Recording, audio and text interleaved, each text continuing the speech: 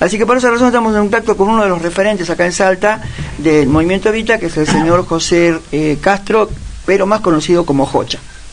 Jocha, buen día, estamos en el programa de Julio de Evita, ¿cómo estás? ¿Qué tal? Buen día, ¿cómo andan? Muchas gracias por el llamado. No, por favor, eso por atendernos, ¿eh? ¿Cómo están elaborando dentro de la organización todas estas denuncias que se están haciendo a nivel nacional? Y lo primero es tratar de poder cuidar a los compañeros en el sentido de que uno prende la televisión o prende la radio y en los canales nacionales parece que somos el enemigo número uno y una mafia o una asociación ilícita. Y eso tiene repercusión en nuestros compañeros y compañeras porque nosotros nos dedicamos a las tareas sociocomunitarias, a los merenderos, comedores, capacitaciones en oficios, tenemos una casa de acompañamiento a jóvenes en recuperación de adicciones, espacios deportivos, educativos. Entonces una persona que es parte de una organización y se dedica al merendero o al apoyo escolar o a estar con los pibes que están metidos en la droga y de repente prende la tele y ve que le dicen que son chorros, negros, cucas y el principal problema del país, y entonces en lo anímico me parece que lo más importante en nuestra tarea hoy es sostener a esos compañeros y compañeras, porque nosotros sabemos y estamos convencidos de que lo que hacen es muy valioso, no es lo que dice la tele. Entonces bueno, implica todo un trabajo hacia adentro de poder cuidarnos. Sí, además aparece como desproporcionado por la cantidad de cosas que se han encontrado, que por ese paquete que podría llegar a ser efectivamente irregular, cae todo un esquema de ayuda social que funciona en todo el país, ¿no? No, ni hablar, acá me parece que hay una intencionalidad del gobierno de confrontar con distintos sectores de la sociedad y sectores de la política. Lo hizo contra los gobernadores, lo hace contra los diputados y senadores, y también lo hace contra nosotros, las organizaciones sociales. Es parte del menú de ataques que tiene Milei y su gobierno y su ejército de troll. Y bueno, y cada una vez al mes o 2 veces al mes nos toca a nosotros.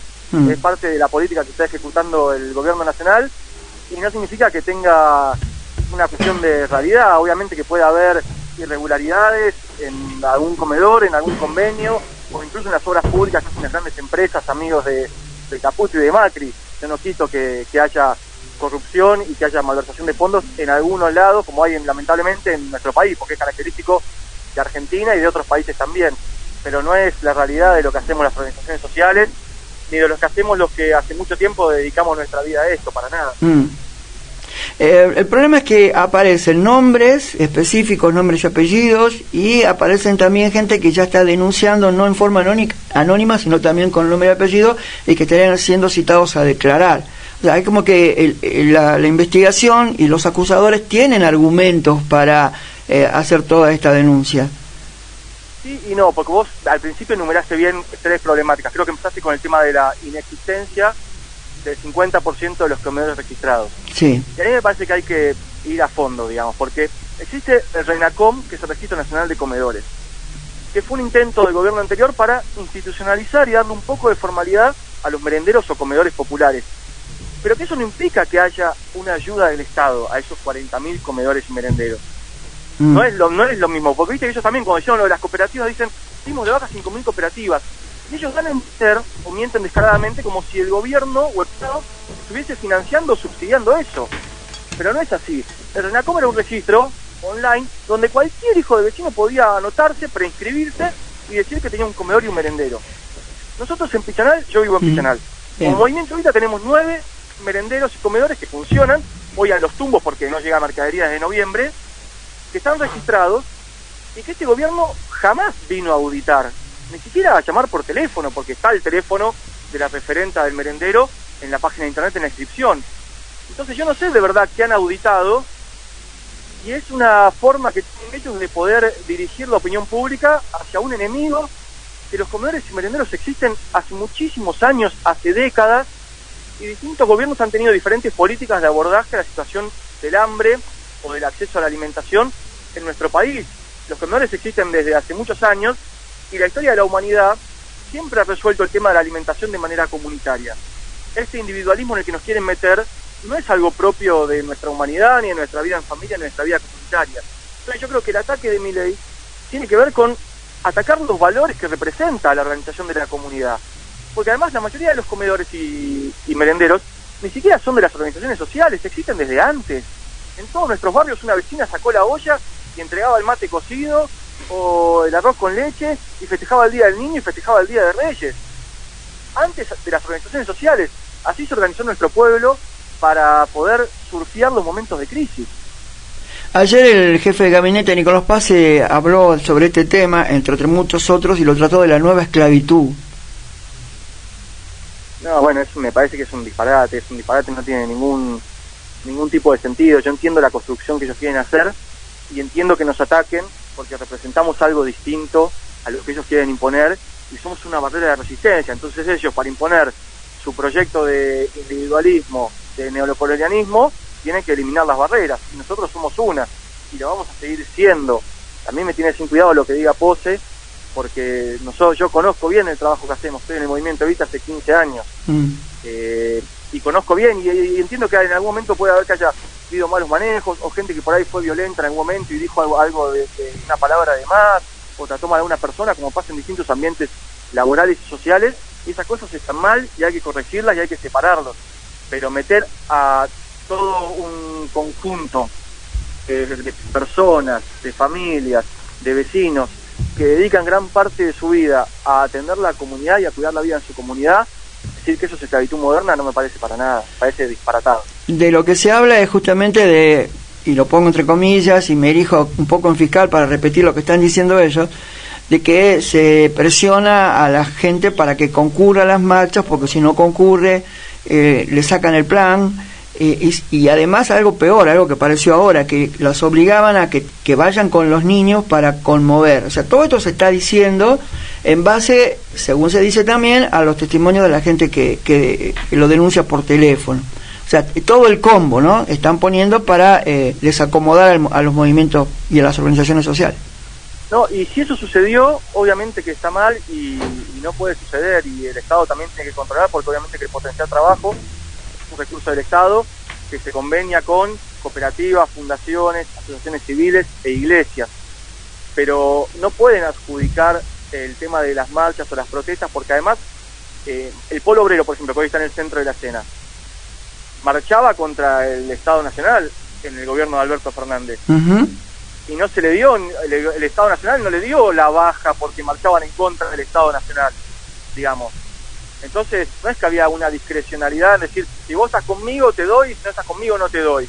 No, de hecho ha habido peleas grandes con la Tolosa Paz, con el anterior con el anterior ministro. Estoy seguro que las organizaciones que fueron opositoras al gobierno anterior también tuvieron un aumento en los potencial trabajos, porque era una política pública del Estado Nacional que empezó, recordemos, con el macrismo, porque antes de potencial trabajo se llamaba salario social complementario, y que fue fruto de la ley de emergencia social, que se vota por unanimidad en ambas cámaras del Congreso Nacional en el 2016. Ahí nace, en el 2016, con el macrismo, en una política pública votada en el Congreso Nacional. Y después Alberto le cambia el nombre. Entonces, pero decir que la gente marchaba o que marchaba con niños porque tenía un potencial trabajo es desconocer gran parte de la historia de nuestro país. Porque ¿qué pasó en los 90? Cuando empezaron los piquetes en nuestro país. Y a los piquetes donde también la gente a veces iba con los niños porque no tenía dónde dejarlos. Pasó el desempleo, pasó la desocupación, pasó la privatización, pasó el saqueo y pasó el aumento de la pobreza. Esas son las razones por las que el pueblo marcha, no por tener un potencial trabajo. Jocha, toda esta enjundia con la que vos estás defendiendo, ¿por qué no la están ahora plasmando en documentos, en no sé, en declaraciones, en conferencias de prensa para contrarrestar todo este desprestigio que están sufriendo? No, hay declaraciones, hay documentos, salimos. El tema es que realmente no tenemos la cantidad de micrófonos que tiene el gobierno nacional, ni el ejército de trolls que tiene el ejército nacional. Y comunicamos como podemos, porque también, imagínate, yo justo recién cuando me llamaron estaba escribiendo, estoy tratando de escribir una nota para que salga en Página 12 este fin de semana, sobre el caso de una compañera nuestra en Pichanar, que es una mujer wichí, que trabajaba, tenía el potencial trabajo, y el nexo, viste que ahora se habla de los nexos, que eran aquellos que podían cobrar el salario mínimo vital y móvil por algún convenio de un proyecto sociocomunitario. Y ella trabajaba en un vivero de nuestra organización, dentro de la casa de acompañamiento a los jóvenes con consumo problemático, y cobraba el mínimo vital y móvil, que lo congeló el gobierno cuando llegó. Lo primero que hizo fue congelar los planes sociales. Y ahora este mes le quitaron ese nexo, entonces solamente cobró 78.000 pesos, que a ella le corresponde por estar en el nuevo programa de acompañamiento social. Esa mujer tiene 6 hijos, menor de 40 años. Venía hace 5 años trabajando con nosotros y tenía la certeza de que llegaba al principio de mes y que tenía un ingreso donde con eso podía pagar las cuentas, comprar los útiles, la comida, etcétera, etcétera. ¿Sabés qué está haciendo esa mujer ahora? Se fue a trabajar a la finca de vuelta. Se va a las 5 de la mañana al cruce de Picharal, se sube al colectivo o al camión de la finca, se va a la finca 8 o 10 horas por día para volver con 4.500 pesos en la mano. Sus hijos quedan solos, al cuidado de los hijos mayores. Todos sus hijos están en edad escolar, algunos van a la escuela y otros lamentablemente la tuvieron que dejar. Si ese es el precio de la libertad, no me parece justo. Entonces nosotros, digamos, en el medio de nuestra vida estamos en esto, porque esta es nuestra realidad, esto es lo que trabajamos todos los días, y de arriba nos bombardean. Entonces a veces es verdad que no somos los mejores acá saliendo a comunicar, o haciendo comunicados, o saliendo en la tele, primero porque no nos dan lugar, segundo porque nuestra preocupación hoy es más importante y es otra, que es el hambre y el sufrimiento, bueno, y tercero porque tenemos que mejorar esa faceta también. Ahora, ¿vos crees que la gente tonta y se come todo este circo que se está haciendo alrededor de esto? No sé si es tonta, pero bueno, es un discurso que se viene haciendo hace muchos años, no es de ahora, no es el primer gobierno que ataca a los movimientos sociales. De hecho, nosotros también durante el gobierno de Alberto, que nosotros éramos parte del gobierno, había funcionarios que decían hay que convertir los premios sociales en trabajo. Sí. Nosotros les teníamos que explicar que ya estaban trabajando. Sí, Massa era uno de esos. Que están en el merendero, en el comedor, en el apoyo escolar, que abre el polo productivo para los cursos de oficio, o que está en la casa recibiendo a los pibes que vienen en situación de consumo y hay que darle el mate cocido, hay que hacer los turnos de la psicóloga, etcétera, etcétera. Es trabajo. Se lo teníamos que explicar a nuestros funcionarios. Y después es verdad que yo creo que también acá hay algo de clase. Hay una cuestión de clase, porque los allanamientos del lunes, con la violencia que se hicieron, o sea, entrar a las 5 de la mañana a la casa de una familia, pateándole la puerta, cuando están los chicos durmiendo adentro, para revolver todo, dejar todo tirado, todo roto, y sacar un celular o una computadora o un cuaderno donde anotaban la mercadería, es violencia. Yo no sé si a la gente con plata cuando la allanan porque están siendo investigadas, la allanan con esta violencia. Sí, a Caputo no lo van a ir a allanar por tener el régimen de Tierra del Fuego, eso seguro. Bueno, ni hablar, pero yo estoy acá en Orán, cuando el Oso Ruiz, viste, que fue bastante famoso por el asalto a Abra del Sol, cuando lo allanaron, que ahora está con prisión domiciliaria, cuando lo allanaron no le rompieron nada, le tocaron la puerta y entraron.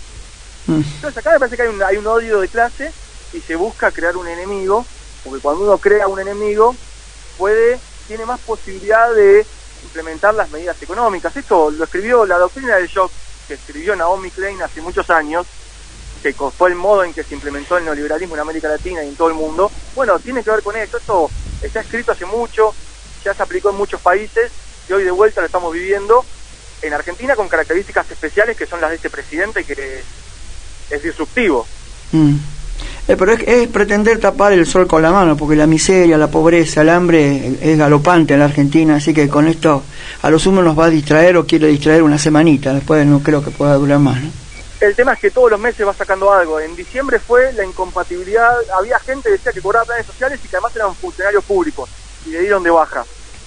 Nosotros tenemos una compañera que cobraba el potencial trabajo porque trabajaba en el área de reciclado nuestra y era concejal de Pichanal. Cobraba 20.000 pesos todos los meses. Era compatible porque vos tenías un ingreso registrado, es verdad, pero que no llegaba ni a la mitad del mínimo vital y móvil. Entonces en la resolución era compatible, se lo sacaron. Y ahora el programa que ellos sacan, el programa nuevo, dice que ahora sí, el potencial trabajo es compatible con hasta 3 salarios mínimos vital y móvil. Entonces estigmatizan a la gente para ajustar. Después tuvimos el tema de que había muchos que cobraban el potencial trabajo, esto fue en enero.